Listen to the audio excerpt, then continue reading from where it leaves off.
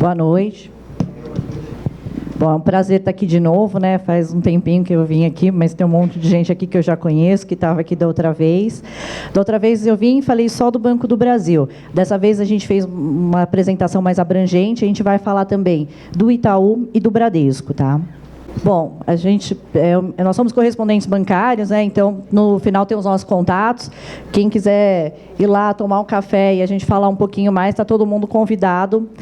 A gente trabalha desde 2009 com financiamento, a gente trabalha com todos os bancos, com exceção da Caixa Econômica Federal. A gente vai falar sobre o Banco do Brasil, o Bradesco e o Itaú. Bom, vou começar pelas linhas de crédito, né?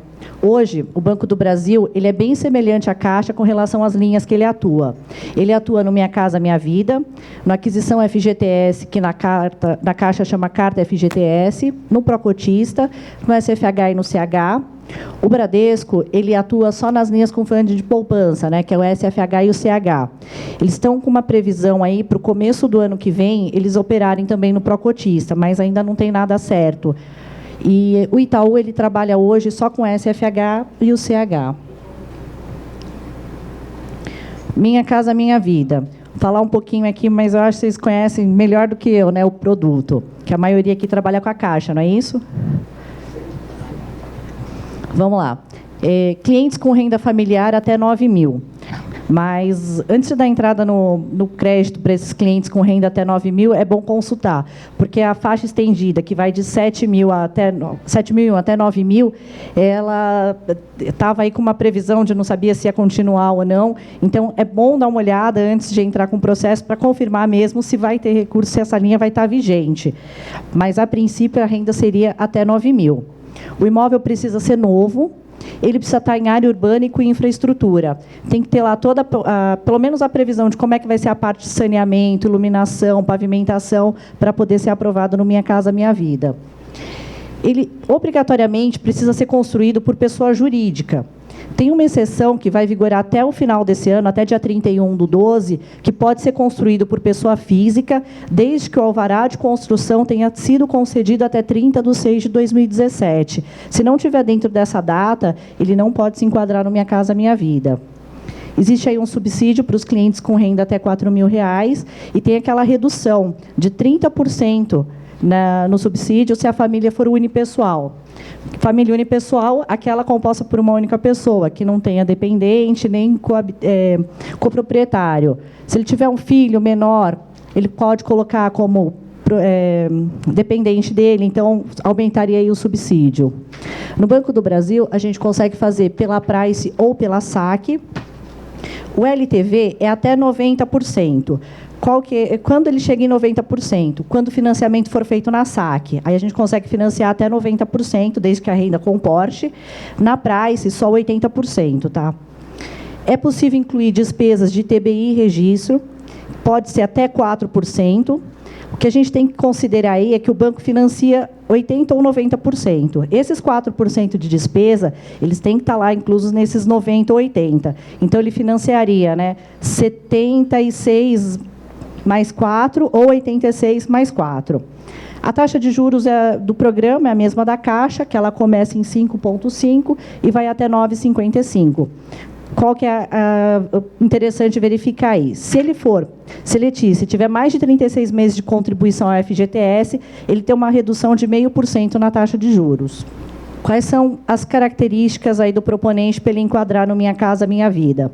Ele não pode ter financiamento ativo no SFH em nenhum local do país, e ele não pode ser proprietário de imóvel onde ele mora nem onde ele reside, incluindo aí as regiões limítrofes e metropolitanas.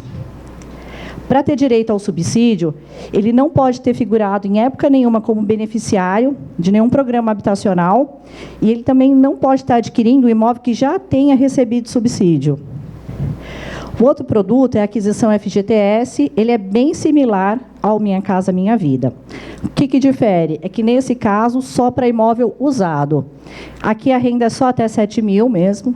Existe um subsídio, mas esse subsídio é para quem tem renda menor do que no caso do Minha Casa Minha Vida, e vale também a regra aí da família unipessoal. Sistema de amortização é a mesma coisa, tanto pode ser SAC ou Price. O LTV vai variar entre 90% e 80%, dependendo do sistema de amortização. É possível a inclusão de despesas de até 4%, e a taxa de juros ela vai de 5,5% até 8,472%. Assim, é muito claro para todo mundo a questão da diferença entre os sistemas de amortização, entre a Price e a SAC. Desculpa, gente, eu coloquei a LTV. A LTV é o percentual máximo de financiamento. Qual é o máximo que o banco financia? O banco financia 80% ou 90%, sempre do menor valor, levando em consideração a compra e venda ou a avaliação. Então, a gente pega sempre o menor, calcula lá 80% e 90%. Mas tudo isso depende da capacidade de crédito do cliente. Ele precisa ter a capacidade para financiar esses 80%. Sistema de amortização, a gente usa no Banco do Brasil a Price ou a SAC. A Price, ela começa menor e ela é fixa. Ela tem a correção da TR, mas a TR hoje ela é zero, né? Então, acaba não tendo correção. Então, ela é fixa no tempo. A SAC, ela começa maior e ela vai diminuindo mês a mês. Para contratos mais longos, a SAC é melhor. Agora, se você reduz o prazo, dependendo da redução que você faz, a Price acaba compensando, porque o custo sai bem menor no final do período. No caso do Minha Casa Minha Vida e do Aquisição FGTS, a gente acaba sempre optando pelo que o cliente consegue, porque muitas vezes, apesar da SAC ser melhor, o cliente não vai ter capacidade de financiar tudo o que ele precisa se a gente fizer na SAC. Então, até mesmo antes de mostrar para o cliente as duas opções, é interessante vocês verem qual que ele tem capacidade, porque não adianta dar a alternativa se ele não tiver como financiar. Com relação à característica do proponente de subsídio, segue a mesma regra do Minha Casa Minha Vida, né? O imóvel, ele não pode ter sido proprietário de imóvel onde ele mora, onde ele trabalha, nem região limite nem metropolitana, e ele não pode ter financiamento ativo em nenhum local do país. O que impede a concessão do subsídio também é a mesma coisa. Ele não pode ter figurado como beneficiário e o imóvel também não pode ter sido beneficiado aí. Procotista, no Banco do Brasil, até um tempo atrás, ele servia para imóvel novo e usado. Hoje, já não é mais assim. Hoje, o Banco do Brasil só financia imóvel novo pela linha Procotista. Tá? Então, imóvel usado a gente não consegue enquadrar aí, mesmo que o cliente tenha todas as condições, a gente teria que enquadrar no SFH. Além do Banco do Brasil, o Santander hoje está operando com essa linha de crédito, e a Caixa também, que é o banco que mais financia aí. E existe aí a expectativa do Bradesco, a partir de 2019, começar a trabalhar. Quais são os requisitos para enquadrar no Procotista? Primeiro, o cliente ele tem que ter 36 meses de opção pelo FGTS, consecutivos ou não. Soma lá todos os contratos de trabalho dele, tem que dar os 36 meses. Segundo, contrato de trabalho ativo ou saldo em conta do FGTS de pelo menos 10%, na época do contrato, né, do valor de avaliação do imóvel. Hoje, imóvel no valor de 950 ou 800 mil, dependendo da região do país. Pelo menos até 31 de dezembro vai ser dessa forma, né? A partir de 1º de janeiro será de 1,5 milhão, independente da região. Só para imóvel novo, né? Só para imóvel novo. É que no Banco do Brasil, o Procotista ele só enquadra imóvel novo. A gente não tem aí a opção de colocar imóvel usado. Imóvel novo vai seguir a mesma regra do Minha Casa Minha Vida, 180 dias de habite-se, ou então, se tiver mais de 180 dias, que não tenha sido alienado nem habitado, exceto se foi habitado pela pessoa que está comprando agora. O percentual máximo de financiamento é 80% do menor valor também, aí considera avaliação ou compra e venda. Financiamento ele pode ser pela Price ou pela SAC. No caso do Procotista, independente do sistema de amortização, o percentual máximo de financiamento é 80%.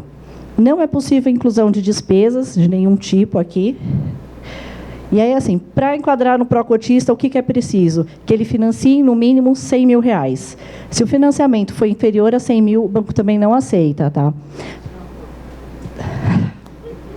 Pois é. A taxa de juros é de 9% ao ano. É um pouquinho maior do que a Caixa, e ali ela estaria hoje na mesma média do SFH dos bancos privados, né? Importante, né? O valor do imóvel, 950 mil. Aí, nesse caso, a gente tem que levar em consideração a avaliação, porque a gente considera o maior deles. Se você está vendendo um imóvel por 900 mil, mas ele foi avaliado em 1.100.000, hoje, ele desenquadra do pró-cotista. Tá? Diferente do Minha Casa Minha Vida, que a avaliação não tem problema, né? Vai se enquadrar sempre pelo compra e venda.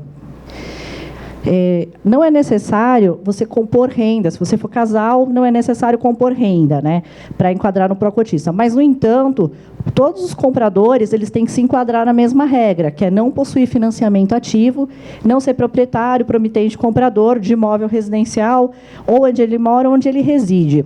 Importante falar que no Banco do Brasil, independente da linha de crédito, é possível a composição de renda de até 3 pessoas, desde que tenha algum grau de parentesco.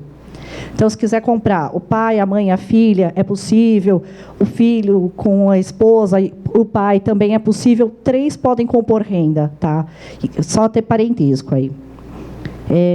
Casal do mesmo sexo também não tem problema. Então, dá para fazer lá no banco.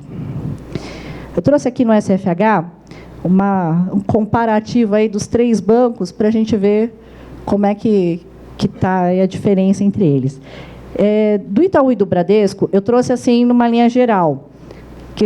O que você vai ter indo na agência e vendo lá, porque são 2 bancos que, dependendo muito do perfil do cliente, a gente vai ter variações aí que eu vou falar durante a explicação.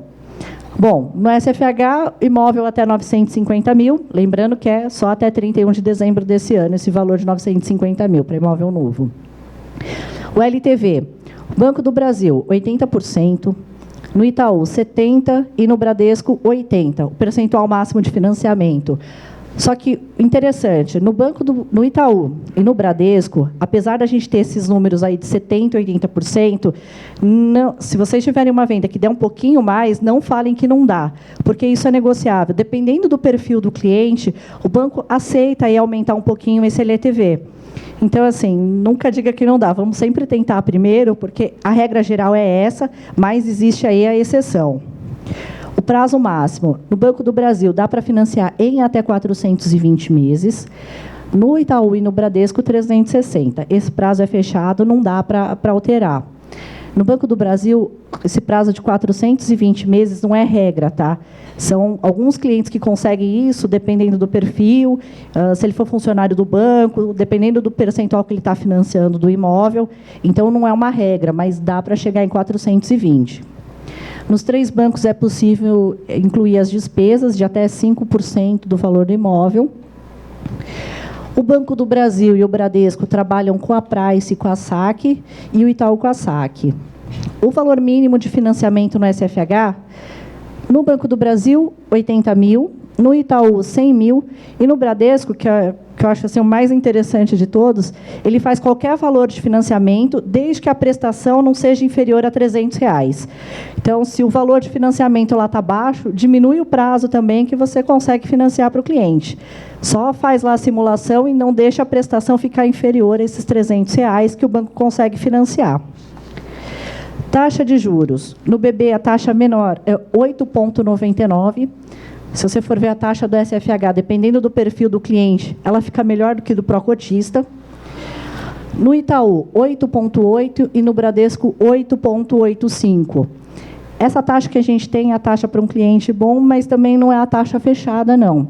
A gente já viu caso aí que no Itaú chegou a 8,4% e no Bradesco também dá para chegar em 8,4%. É para todo mundo? Não, não é para todo mundo. O cliente tem que ter um perfil bom, ele vai analisar o risco, ver que é um cliente que vale a pena ter com ele na carteira, carregar durante muito tempo, então consegue reduzir a taxa de juros. Dá para chegar aí em 8,4%, 8,3%.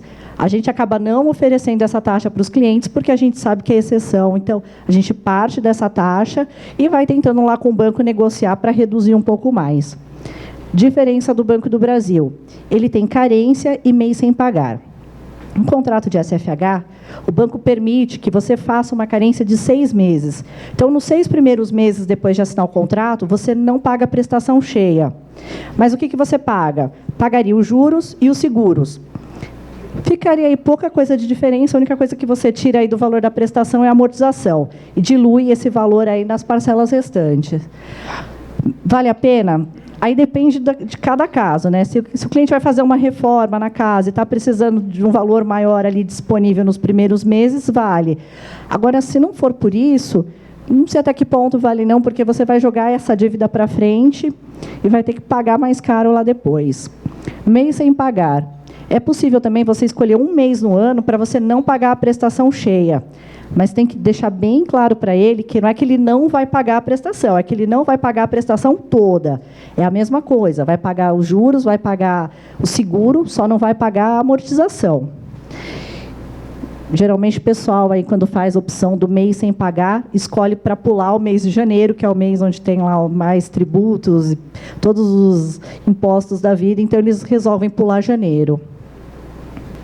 Carteira hipotecária. Eu coloquei ali 2 colunas para separar a diferença entre o que é residencial e o que é comercial.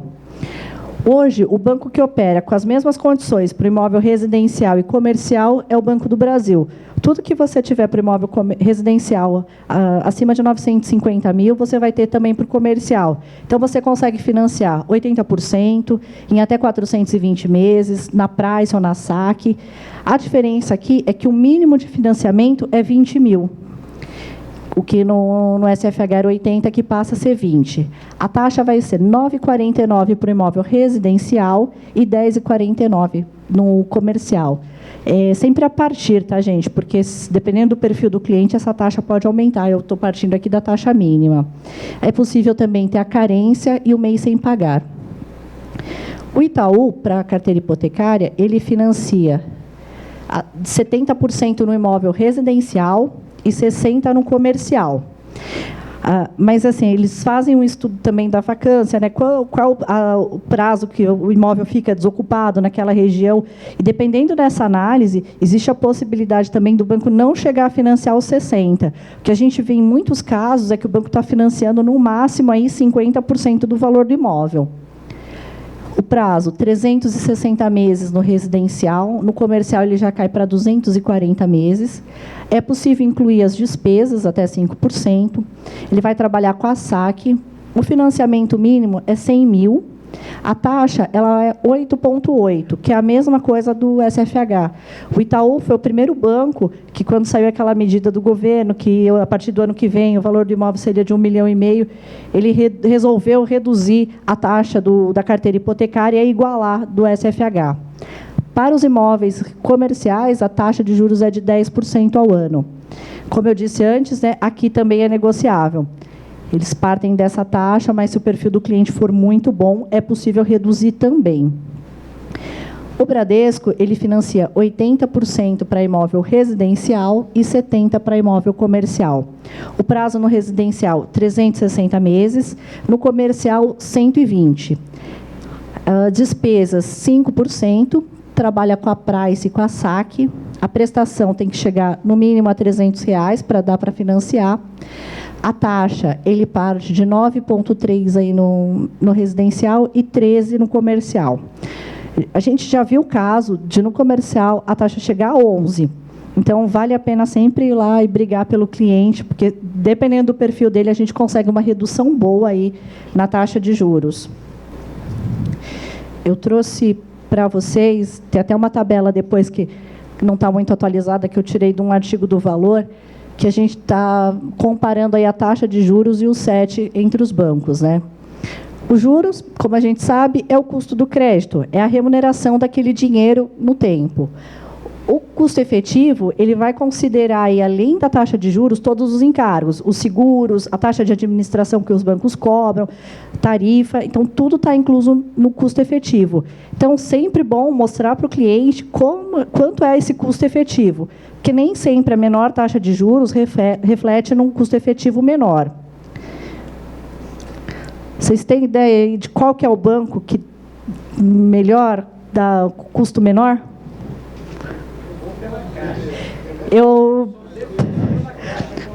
Você é defensor da Caixa? Se eu te falar que a Caixa não é a melhor opção? Então, aquela taxa de 8,99 que eles estão agora, eu vou te falar que, dependendo da idade do cliente, a gente vai ter uma diferença muito grande. Eu não sei se dá para ver daí. Tá pequeno?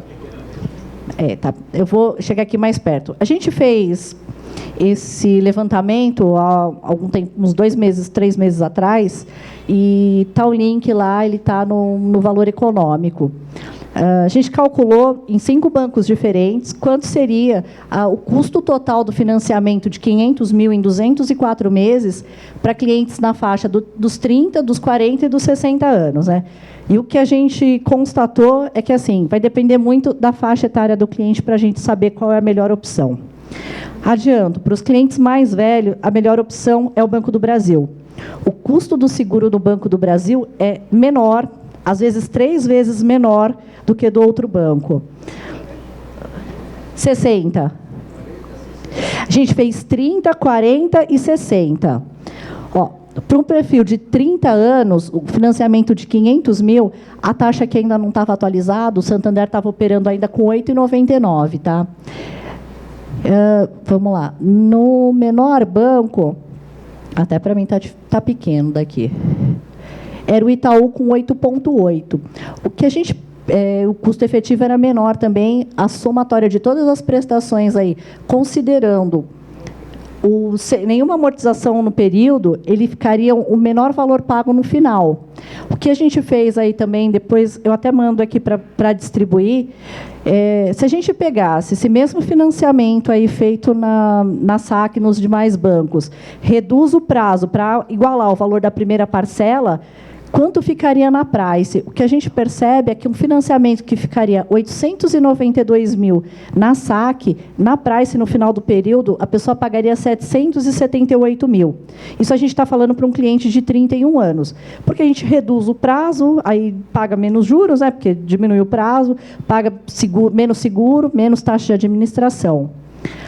O seguro mais caro para essa faixa etária está entre Itaú e Bradesco, que eles estão bem próximos.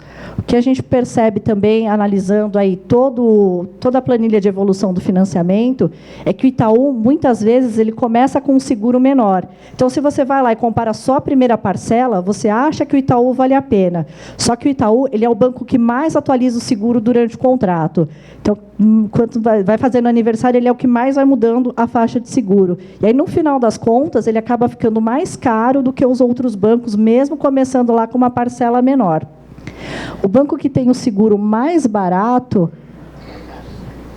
nessa faixa, é a Caixa. O que no Itaú, né, Itaú não, no Bradesco, que seria o mais caro, ficaria 26 mil, na Caixa ele sairia por 18 mil. Mas, se a gente for no perfil de 45 anos, o seguro mais caro é do Itaú, com 57 mil, e o mais barato seria o Santander, com 34 mil. A Caixa ficaria aí 39.266. Agora, para 63 anos, aqui é a maior surpresa, assim, que é a maior diferença de todos. O seguro mais caro aqui é do Itaú. Ele ficaria 274 mil. Se a gente fizer esse financiamento no Banco do Brasil, o custo do seguro vai ser 94 mil. É 1/3 do valor. Então, assim, é bom pegar, quando você for tentar um financiamento para o cliente, tentar em todos os bancos, porque a questão do seguro é muito diferente em cada um dos bancos. E estava falando do Santander, né, que tem aquela taxa melhor hoje, ele tem um seguro diferente, né, para o cliente private, que também sai bem mais barato. E a gente viu, de todas as simulações que a gente fez aí, para o cliente com mais de 60 anos, o Banco do Brasil acaba sendo a melhor opção. A diferença no custo do seguro é muito grande. A gente está falando aí de um custo de 94 para 274 maior. Se a gente for pegar o segundo menor, o primeiro seria o Banco do Brasil, seria aí 94 mil. O segundo menor custo é o Bradesco, e mesmo assim é 188 mil. Mesmo o segundo menor custo, ele é o dobro do valor. Então, isso faz muita diferença no valor da prestação. E mesmo porque, assim, o que a gente tem que considerar é que esse seguro muito caro acaba também dando uma dificuldade maior para a gente na hora de comprovar a renda do cliente, que ele vai ter que comprovar uma renda maior. Então, quanto mais barato o seguro, ajuda aí também na hora de aprovar o crédito do cliente, que não está nada fácil do pessoal comprovar renda hoje em dia, né? E quem comprova ainda tem muito endividamento, aí acaba dificultando. Se você morrer aí no meio do caminho, eu e meu marido estamos comprando um imóvel, 50% da renda é minha, 50% da renda é dele. Se ele morrer, porque eu não quero morrer, né? Então vamos matá-lo, por favor. 50% da renda é dele, ele morrer, 50% do saldo devedor é coberto. Mas o que é interessante? Não é porque nós somos casados que vai ser meio a meio. A participação no seguro, ela é diretamente ligada à renda. Se a minha renda é 70% do valor, então quitaria só 30%. Se a dele for 80%, quito 80%. Aí vai depender de quanto cada um participa para fazer o pagamento daquela prestação, ou participou da composição da renda, para ver o quanto vai quitar. No Bradesco, não sei se nos outros bancos também estão assim, até se você, o caso de suicídio, depois de um determinado tempo de contrato, também quita. Sim, mas esse daqui é o obrigatório, né, que é o de morte e invalidez, que são os dois da Lei 4.380, que eles são obrigatórios. O de danos físicos e o morte e invalidez permanente. A gente colocou aqui, basicamente, o de morte e invalidez permanente, porque o de danos físicos ele não tem muita variação e ele não é muito alto. Então, ele não chega a impactar na prestação igual o de morte e invalidez permanente. Tinha mais alguém? Daniela, você comentou que o custo do seguro está fazendo a diferença na hora de optar pelo financiamento. Sim. Aí eu estava vendo ali da faixa de 31 anos. Certo. O seguro da Caixa Econômica ele é o mais barato que tem, certo? No entanto, o custo do financiamento é mais caro. Então, a gente não deve observar só o seguro. Não, é o todo que a gente tem que observar.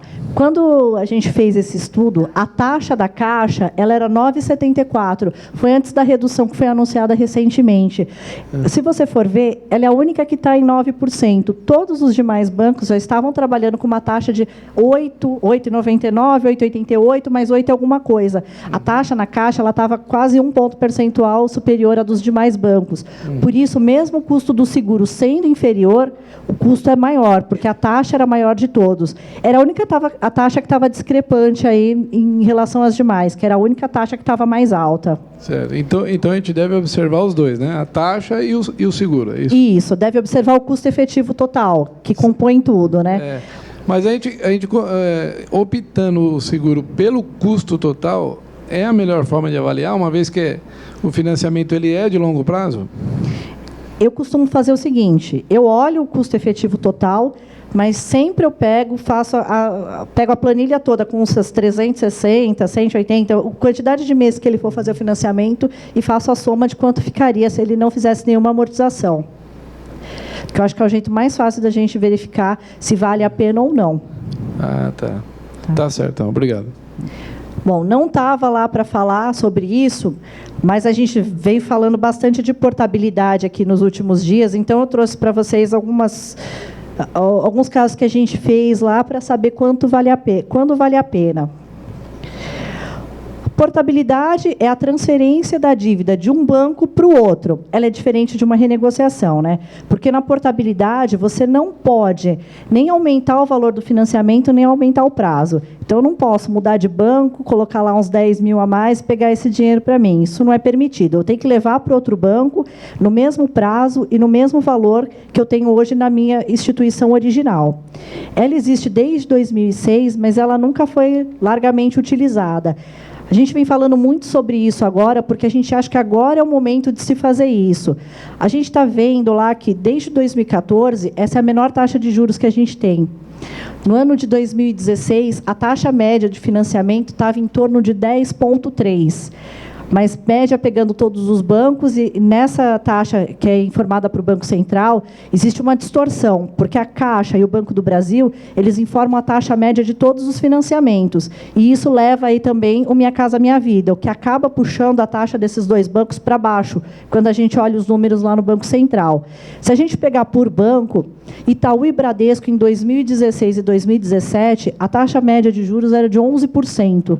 Em alguns casos, a gente chegou em 11,4%.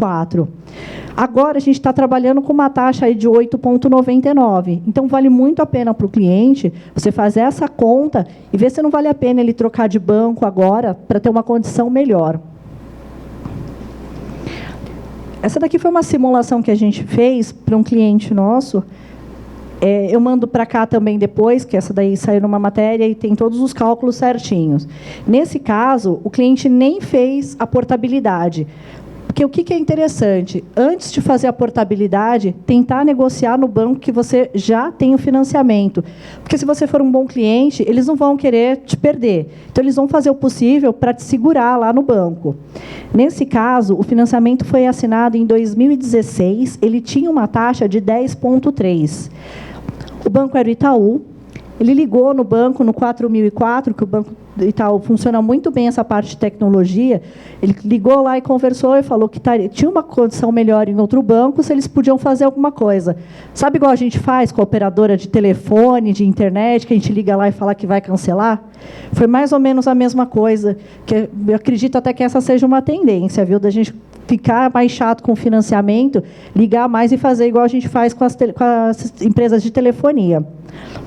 Eles demoraram em torno de 10 dias para dar resposta. Eles reduziram em 0,5% a taxa de juros dele e ele foi para 9,8%. Considerando aí o que ele já tinha pago, mais a redução que teve, ele teve uma economia de R$ 73 mil. Isso numa ligação, que ele deve ter ficado lá uns 10, 15 minutos, porque a gente sabe que nunca é rápido. Nunca é rápido. Não, falando a verdade, o Banco Itaú, essa parte de contato funciona muito bem. E foram R$ 73 mil. Nesse caso, o que a gente orientou também ele fazer? Como a prestação baixou para R$ 1.852, e, a princípio, quando ele fez o contrato, ele pagava em torno de R$ 2.100, a gente negociou com o banco, não sei se vocês sabem, mas o Itaú ele aceita você reduzir o prazo sem fazer amortização. Aí ele ligou lá, pediu para reduzir o prazo do financiamento, ele reduziu o financiamento para 200 meses. E a prestação ficou em 2.100 e pouquinho, que era o que ele já pagava lá, então estava confortável para ele continuar pagando. Aí a economia ficou bem maior, ficou em mais de R$ 100 mil. Antes dele ligar lá no banco também, a gente tinha feito uma simulação, se ele mudasse de banco, qual seria a vantagem que ele teria. A gente conseguiu para ele uma taxa de 8,98%. No banco original, com essa redução de 0,5%, o valor total que ele ia pagar, somando todas as parcelas, aí, sempre considerando que não teve nenhuma amortização no período, ficaria em 413 mil. Se ele mudasse de banco, ele pagaria 395 mil. Só que aí ele teria mais uns 5 mil aí de custo, referente cartório, taxa de avaliação nesse outro banco, ficaria com uma economia ainda de 12 mil reais. Mas o cliente optou por não fazer essa troca agora, vai esperar, vai ver se a taxa baixa mais um pouquinho e vai tentar de novo lá na frente com o Itaú uma nova redução. O não ele já tem, né? O mais que vai acontecer é mais para frente ele resolver trocar de banco e não tem nada a perder. Mas aqui a gente percebe que foi um trabalho muito pequeno para uma economia muito grande, né? Valeu muito a pena aí você deixar de pagar no final do período 73 mil. Isso porque a taxa dele, apesar de alta, 10,3%, não era uma das taxas mais altas à época. A gente tem cliente com 11,4%. Imagina se a gente somar em um ponto percentual a mais ainda nessa taxa de juros, quanto não ficaria aquele valor lá no final. Então, nesse momento aí que está todo mundo apertando o cinto, é uma boa forma de você ir reduzir seu custo e pagar um pouco menos pelo financiamento. 2019. Vamos lá. Para o começo do ano, logo no dia 1º de janeiro, a gente tem aí um novo teto para o SFH e para os imóveis, né, com um FGTS, que imóvel novo, 1,5 milhão em qualquer região do país. A gente está voltando lá para o que aconteceu em 2017, que teve uma medida que vigorou durante o ano inteiro, que dava para financiar imóveis até 1,5 milhão. Os economistas dizem aí que a Selic deve permanecer estável. A Selic permanecendo estável, a taxa de juros também não deve subir. Prevêem que até o final do ano permaneça aí nesse patamar de 6 e pouquinho, mas que o ano que vem talvez tenha uma leve alteração. Mesmo assim, a taxa de juros do financiamento deve permanecer estável, melhor que a de 2016 e de 2017. A gente andou consultando aí o índice do Zap Imóveis, né, o FIPZAP, e o que a gente vê também é que o preço do imóvel caiu.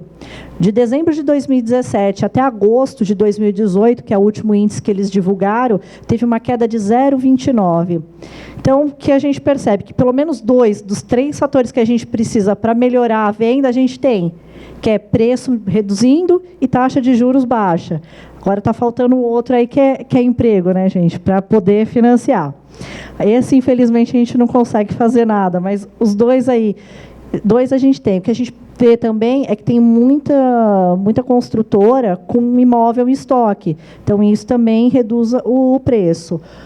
Eu acho que a gente precisa orientar melhor os nossos clientes que estão vendendo imóvel, que aqueles valores que eles imaginavam que o imóvel valia, que valia mesmo em 2014, começo de 2015, isso não existe mais. O imóvel valorizou até onde deu, mas isso já não é mais uma realidade. A gente tem uma oferta muito grande aí, então quem quiser segurar o preço do imóvel lá em cima, pode segurar, porque o imóvel é dele, mas não vai conseguir vender. Existe uma perspectiva de que os preços voltem a aumentar? Existe, mas não a curto prazo, né? Porque enquanto não diminuir esse estoque todo que tem, não teria o porquê ter aumento do preço dos imóveis. Então, que assim, melhorando um pouquinho o emprego, o ano que vem é para ser um ano melhor do que esse, que já foi melhor do que o ano passado. Pelo menos a gente percebe aí que os números de financiamento e de empréstimo também para construção aumentaram em relação ao ano passado, e o ano que vem deve ser aí um pouquinho melhor, mantendo aí a taxa baixa e a queda no preço de vendas. Doutora, meu nome é Badaró. O correspondente tem custo pro cliente? Badaró, né? Sim. Boa noite. Não, correspondente, nós não temos custo para o cliente. É até a parte da assinatura do contrato. Quando a gente faz a parte de TBI de registro, aí a gente cobra. Não sei se ficou claro. Além do custo do cartório, você cobra uma taxa... Para fazer, né, toda a parte do financiamento, aprovação de crédito, até a assinatura do contrato, nós não cobramos nada. Agora, o cliente tem a opção de fazer o recolhimento de TBI de registro sozinho, ou a gente pode fazer isso para ele. Quando a gente faz esse trabalho para ele, a gente cobra nessa parte. Agora, não é obrigado a fazer com a gente. Isso ele pode ir lá no cartório, na prefeitura, e fazer o pagamento sozinho, se ele preferir. Se ele procurar o banco, fizer direto no banco, o custo é o mesmo que fazer direto com você? Sim, porque o que a gente cobraria seria ITBI e registro, que ele também não precisa fazer com a gente, ele pode fazer só. Outra perguntinha. Portabilidade de comercial, imóvel comercial. É possível também a portabilidade do imóvel? É possível, sim, nas mesmas condições do residencial. O que a gente tem que levar em consideração é se o banco que está recebendo essa portabilidade tem interesse na aquisição. Que tem banco que não opera com comercial, né? Então, é questão de interesse negocial do banco. Porque, assim, a portabilidade, ela é obrigatória para o banco que tem o crédito, o originário. Ele é obrigado a fazer a portabilidade se o cliente for lá e requerer. Agora, o banco que está recebendo o crédito, ele não tem essa obrigação. Ele aceita ou não o cliente se ele achar que deve. E a despesa de cartório pode incluir nessa portabilidade? Vai depender da situação do banco, né? Quanto ele, porque assim, não pode, porque não pode aumentar o valor da dívida. A gente tem que transferir a dívida nas mesmas condições que ela estava lá. A gente não pode aumentar o valor do financiamento. Então, não dá para incluir despesa. E não pode aumentar o prazo, nada? Tá bom, obrigado. Condições. Bom, para economizar tempo, boa noite a todos. Para economizar tempo, eu vou direto ao assunto, tá? Vou fazer de conta que é a pessoa. Uma mãe tem 60 anos, completo. Ela tem um filho deficiente, que tem um salário, vai lá de salário mínimo, 900 e pouco. E um outro filho que trabalha de telemarketing, que ganha mais 900. E ela lá faz uns cachorrinhos, e ela tem lá um dinheiro. Ela consegue financiamento no Banco do Brasil, no nome de quem tem que ser, já que ela é mais velha, mas a aposentadoria está no nome do filho que é incapaz. Mas ele não tem casa própria, não tem nada. A renda do filho incapaz, ela não consegue usar para comprovar renda, porque ele não tem capacidade para assumir um financiamento. porque ele é incapaz. Ela é curadora, no caso dele. Mas, mesmo assim, a renda dele não serve para o financiamento. Seria a renda dela e poderia utilizar a renda do outro filho. Só que aí o que a gente tem que observar é o seguinte, se for no Minha Casa Minha Vida, você vai utilizar para fins de financiamento, né, para renda de financiamento, a renda dela e do filho, que trabalha aí como telemarketing, por exemplo. Mas, para a questão do subsídio, para a renda bruta, você vai ter que considerar a renda dos 3. Porque, para a renda bruta, o programa pede que seja utilizada a renda bruta familiar. Então, apesar dela não poder utilizar a renda daquele filho incapaz para compor, para fazer a composição da renda para o pagamento, ela tem que declarar aquela renda para fins de subsídio. Ah, tá. Se for, por exemplo, uma casa de 100 mil, mas eles não têm nada de, como se diz, fundo de garantia, por exemplo. Eles conseguem o subsídio da Minha Casa Minha Vida? Ela tem casa de 120 mil reais. Na verdade, para ver se ela tem ou não direito ao subsídio, a questão não é o valor do imóvel, é o valor da renda familiar. Somando a renda dos 3, precisa ver qual o valor que vai dar, bruto, e aí, com base nisso, aí você consegue verificar se tem ou não direito ao subsídio. O valor do imóvel não interfere nisso. O maior ou menor subsídio é para quem tem renda maior ou menor? O subsídio ele é inversamente proporcional à renda. Maior a renda, menor o subsídio. Quanto maior a renda. Menor então, o subsídio. se comprovou 2 rendas de 900, vai, 2 mil reais. Menor, né? Sim. Então, tem mais subsídio. Mais subsídio. Ah, tá ok. E daí o fato de ter 60 anos não vai impedir a pessoa de fazer um financiamento? Não impede ela de fazer o financiamento. Só que aí o que a gente tem que ter em mente é o seguinte, ela tem 60 anos, então o prazo máximo de financiamento dela é só 20, porque é idade, mas o prazo de financiamento não pode ser superior a 80. Você reduzindo o prazo de financiamento, você aumenta a prestação. Logo, você aumenta também a renda que ela precisa ter para comprovar, que ela tem que comprovar para esse financiamento. Tá ótimo. É só esse o problema. Muito obrigada. Imagina. Bom, gente, eu vou deixar os meus contatos. A gente está lá na Havaiandava, perto da família Mancini, lá no centro. Quem quiser ir nos visitar, tomar um café, bater um papo, a gente está à disposição.